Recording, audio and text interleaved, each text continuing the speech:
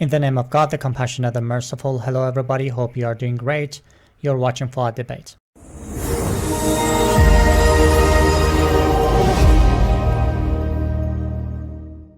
Today, I'm honored to host Professor Kevin Barrett, an Arabist Islamologist scholar and one of the America's best-known critics and political analyst. We are here to discuss the various dimensions of electing a Muslim and anti-Zionist figure as the mayor of New York City. Thank you for joining us, Kevin, and good to see you. Thanks. It's great to be with you. You're welcome. As you know, Mamdani's rise from a relatively unknown figure in the polls to the position of New York City mayor has been described by some media outlets and analysts also as a major political upset. How do you assess this sudden rise? Yes, it absolutely was a major upset. And I think maybe the most interesting thing about it was that it really began when Mamdani was the only candidate among a number of candidates for mayor of New York City. He's in the middle of a debate, and the question was, where was the first place you will go if you're elected mayor? Every single other candidate fell all over themselves, competing with each other to say that they would rush off to the state of Israel, that is occupied Palestine, of course, and basically kiss the prime minister's whatever and put on the beanie at the wall and essentially pledge loyalty to the state of Israel. And it was actually so extreme that when I first saw this, I thought it was some kind of parody. But no, it was the actual debate. And Mamdani was the only candidate who said the opposite. He said, "I'm not going anywhere. If I'm elected, I'll be elected to represent the people of New York City." And then he was attacked. Everybody jumped on him and attacked him as some sort of anti-Semite who wasn't loyal to Israel. And he defended himself very ably, very competently, and actually in a way that won him a lot of admirers in the mainstream. By saying that he didn't hate Jewish people. He would be happy to meet with New York City Jews, who of course are the most influential segment of that city, and listen to their concerns and help them achieve their goals and so on. But that he wasn't going to rush off to Israel. And then when attacked later as an anti-Zionist, what he said was that he does recognize that, quote unquote, Israel has a right to exist, but only as a non-ethno state. That is a state, not a state of and for the Jewish people, but a state of and for all of its rightful citizens, obviously including Palestinians who've been ethnically cleansed. So that's a very strong position for a successful American politician to take. And it's kind of astounding that he won the office of mayor of the most Jewish city in the world outside of occupied Palestine. Fantastic. As you mentioned, Mamdani is known as a staunch critic of the Zionist regime's policies in Gaza. He has explicitly described the Israeli regime's atrocities in Gaza as genocide. However, he has also condemned the October 7th attacks by the Palestinian resistance, stated that he does not actually support Hamas. Nevertheless, his explicit anti-Israeli positions have led Trump and Republicans to label him a Hamas sympathizer or a radical socialist, and even threatened to cut federal funding to New York City over this matter. How would you analyze these seemingly contradictory positions and policies? Well, first, I think we have to face the fact that to run for mayor of New York, or really any American city, with possible exception of a couple of cities in Michigan, you have to basically condemn Hamas. In the Western world today, a tremendous wall of propaganda against the resistance has access, including Hamas. Actually, the biggest single target of this propaganda is indeed Hamas. And this propaganda is so extreme, powerful, and widely accepted, thanks to the Zionist control of mainstream media, that the population of the West has large, except with the exception of more and more young people, but the majority of the population, and certainly most of the people in power, have been conditioned to think of Hamas as being essentially the same as Daesh or Al Qaeda, and basically it's listed as a terrorist group. So that puts it off limits to openly support. And so it shouldn't surprise us that Mamdani refuses to support Hamas, opposes Hamas, and has not pushed back harder against the ridiculous and false Western official media story of the heroic Al-Aqsa Storm uprising on October 7th, 2023. That said, essentially what Mamdani's view of the future of Palestine is aligns him with the Palestinian resistance.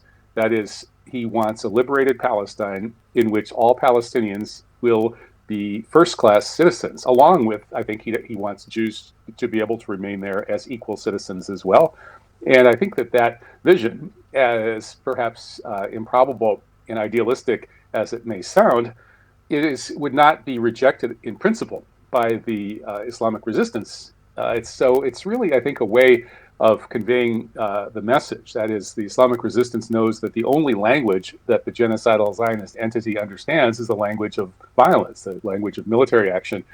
And because that is not, people are not allowed to understand that in the West, certainly not if they're running for mayor of New York. So Mamdani phrases his understanding of the issue in a way that will get a friendlier reception in the United States. And the Zionists are, of course, horrified because they understand what I just said. They understand that Mamdani's desire for justice in Palestine is really no different from the desire of the Palestinian resistance. So they get very, very angry, but because Mamdani phrases his thoughts very carefully and does so actually with sincerity. I think he actually believes in his idealistic vision. So he's very effective politically, especially among the younger people who are becoming more and more aware of what's really going on in Palestine. Yes. In your view, is the election of someone with a specific religious and ethnic background as mayor of a key Western city purely a domestic American affair, or should we analyze it within a larger global framework? That's an interesting question, because Mamdani's relationship to the religion of Islam is, I think, not unlike the relationship of, let's say, the Kennedy family to the religion of Catholicism, or to most U.S. presidents to Protestantism.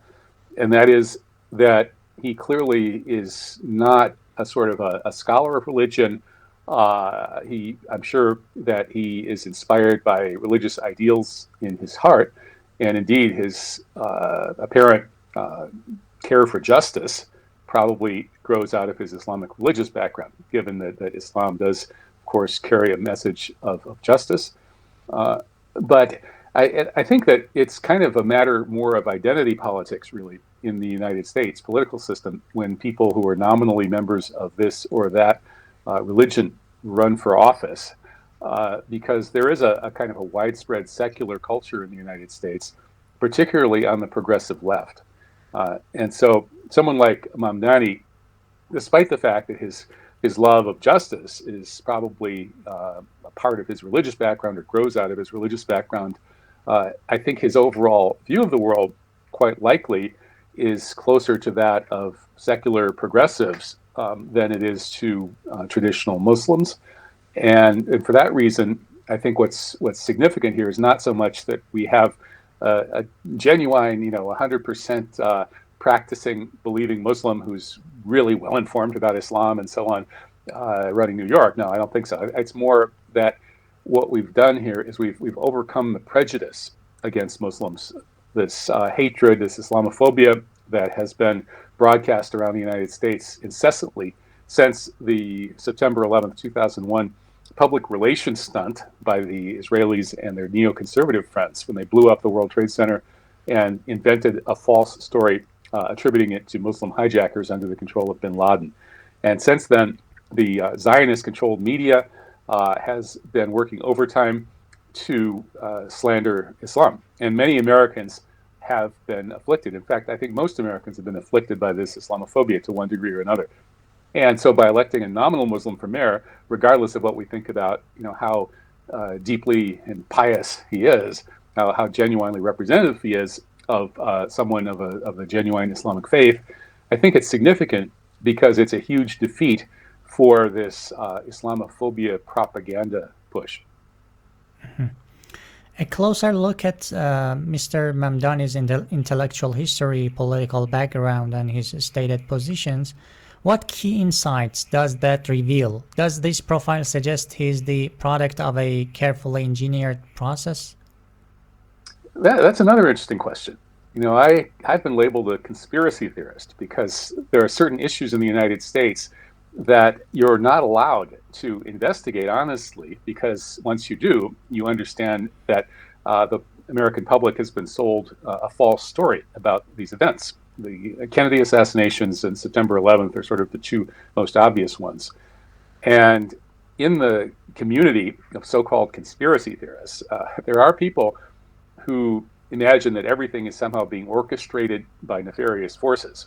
And in this case, such people might look at Mamdani and imagine that this is part of some kind of pushback against the Trump regime by sort of liberal oligarchs who are going to be trying to recapture power in the near future, and that maybe he's useful. That is, the election of Mamdani has energized the Democrats, and it will help them do better in next year's elections and then in the presidential elections in 2028. And so one could come up with a theory that it's all orchestrated. But when I look at Mamdani and I look at that, especially his real his campaign got off the ground with that debate in which he was the only candidate who refused to pledge to go to Israel.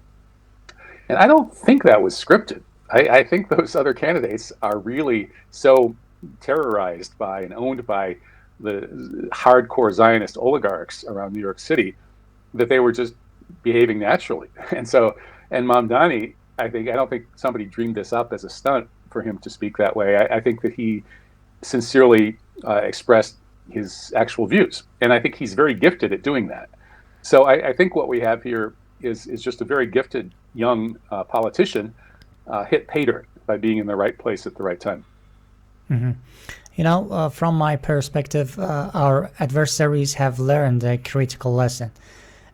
Framing the conflict as Zionist Jewish civilization versus Islamic civilization would unite the Islamic world into a insurmountable force, leading to their own defeat.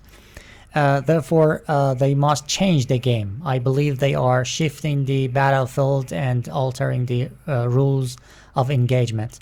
They are turning an external war into an internal one, essentially pitting the Islam against itself. Do you agree with this analysis, and to what extent do you see Mamdani's election as a part of this strategy? Yeah, that's an interesting point, and I think there's some truth to that, undoubtedly. For instance, Mamdani, in order to win as mayor of New York, has to do what these other nominally Muslim candidates have done in other places in the United States. Rashida Tlaib and others have had to basically align themselves with the progressive left. And progressive left in the United States now is very pro-LGBTQ. It's very opposed to Islamic values, really. And so, but it's also the last bastion of so-called tolerance and anti-Islamophobia. So I think that there has been a sort of a deliberate effort in the United States to make sure that Muslims have nowhere to go but that corner of the American political system, because it's really the least threatening, at least to the extent that there's a genuine civilizational threat to this very decadent Western civilization coming from Islam. Islam is definitely the best preserved of the great faith traditions. We still have billions, well over 1 billion people are fasting every Ramadan. Probably the same number would agree that we should be praying 5 times a day. They don't necessarily all do it, but they all agree that they should be. Respecting the message of the Holy Quran and essentially not falling to these values of secular, late decadent Western secular civilization. And so people like Mamdani, while they may be a kind of a counterpart or a threat to extreme Zionism, are certainly not threats to the hegemony of liberal, secular Western civilization. And I noticed that when I was representing the 9/11 truth movement in the United States in starting around 2004, 2005, and I got a lot of mainstream media coverage starting in 2006, nobody wanted to hear what Muslims really think about what the Muslim majority thinks. They reject, they cover their ears. They just don't want to hear it. So when people like Mamdani basically say the same things that Bernie Sanders says, maybe a little better than Bernie on a few issues, that reassures the progressives and the liberals who still are true believers in the ideals of this Western secular materialist progressivist civilization that's created that's a false religion, really, that grew up 150 years ago when traditional religion fell by the wayside. The Western elite moved to create this notion that things will always get better and better because we're materialists now. The scientists study the material world, and they will make things better and better by improving the technology. And therefore, we should allow science to be the arbiter of truth, and we should basically drop all of the traditional religious values. So that new religion of scientific materialism and progressivism and secularism has, of course, not succeeded. And the postmodernist movement that grew up 30, 40 years ago showed that where we've really arrived at in Western civilization is nihilism. And that left the door open for Islam, which has this well-preserved message and a very coherent message that's so shockingly coherent that people like me convert to Islam, and because we see that it actually lives up to its self-description as the last and best preserved, clearest divine message. It's capable of founding a civilization on it. And so that challenge to Western civilization from a different civilization, which and the single biggest historical expression of that was the Islamic Revolution in Iran in 1979, that challenge is something that people like Mamdani and other American nominally Muslim politicians are actually probably on the wrong side of that particular conflict. They're basically closer to being true believers in liberal, secular, materialist humanism than they are to being well-informed practitioners of Islam. Fantastic. Another question is, what's your take on the seemingly intense rivalry between figures like Trump and Mamdani? Is it a form of political theater designed to deceive the public? And if so, what is the ultimate goal of this performance? You can analyze American politics as these series of performances. And sometimes they're very coarse, crude performances indeed. Trump's performances have been compared to the so-called sport of professional wrestling.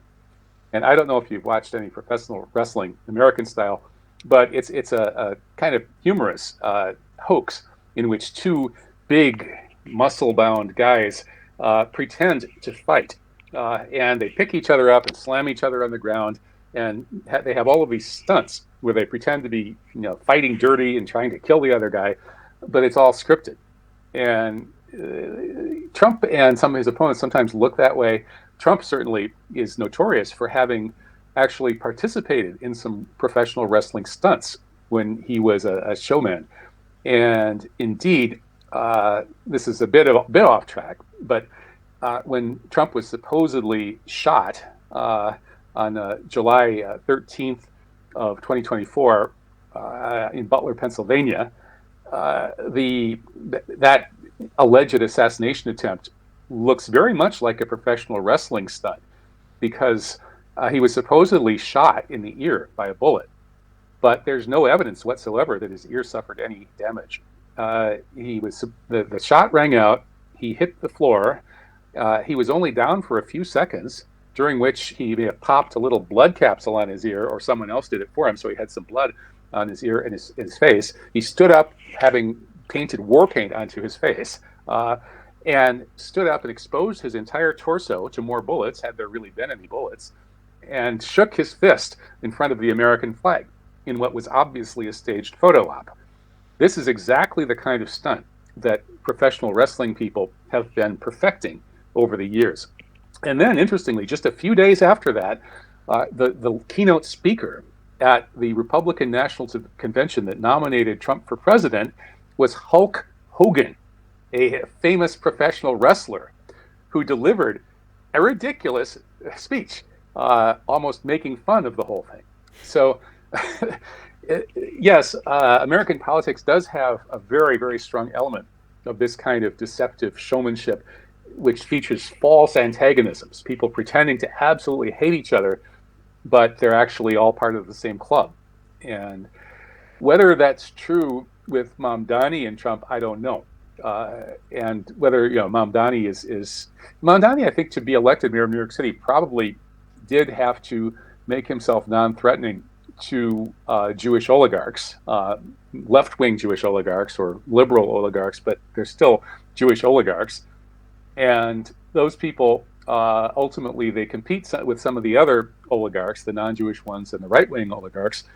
But at the end of the day, they're all working together to preserve their oligarchy. So I don't think Mamdani is a threat to the oligarchy. And as to whether it's all scripted and it's a big show, I think it tends towards that. But I think there's also, it's not, I don't think it's entirely scripted, because I sort of participated in this show a little bit in 2006 when Republican politicians attacked me as the professor of conspiracy theories for what I was saying about September 11th. So I got a lot of mainstream attention, and I went on mainstream media and fought with people. I fought with Sean Hannity, and I fought with Bill O'Reilly, and other famous radio hosts and TV hosts, and that had some of that spectacle, but it wasn't. Well, my part wasn't scripted. Maybe they had their orders about what they were supposed to be, their talking points to attack me with. But I sort of fell into that, and I think that Mamdani may have sort of fallen into his role as well. I don't really think that he went, they put him in the casting couch and cast him. So I think it's sort of like a reality TV show in a way, where they the people with the cameras and the microphones and the money who decide what gets boosted on the internet, on the social media, what doesn't get boosted, what gets suppressed and shadow banned. And those people are constantly thinking about this as a big chess game, and how they can try to keep their power and augment their own power.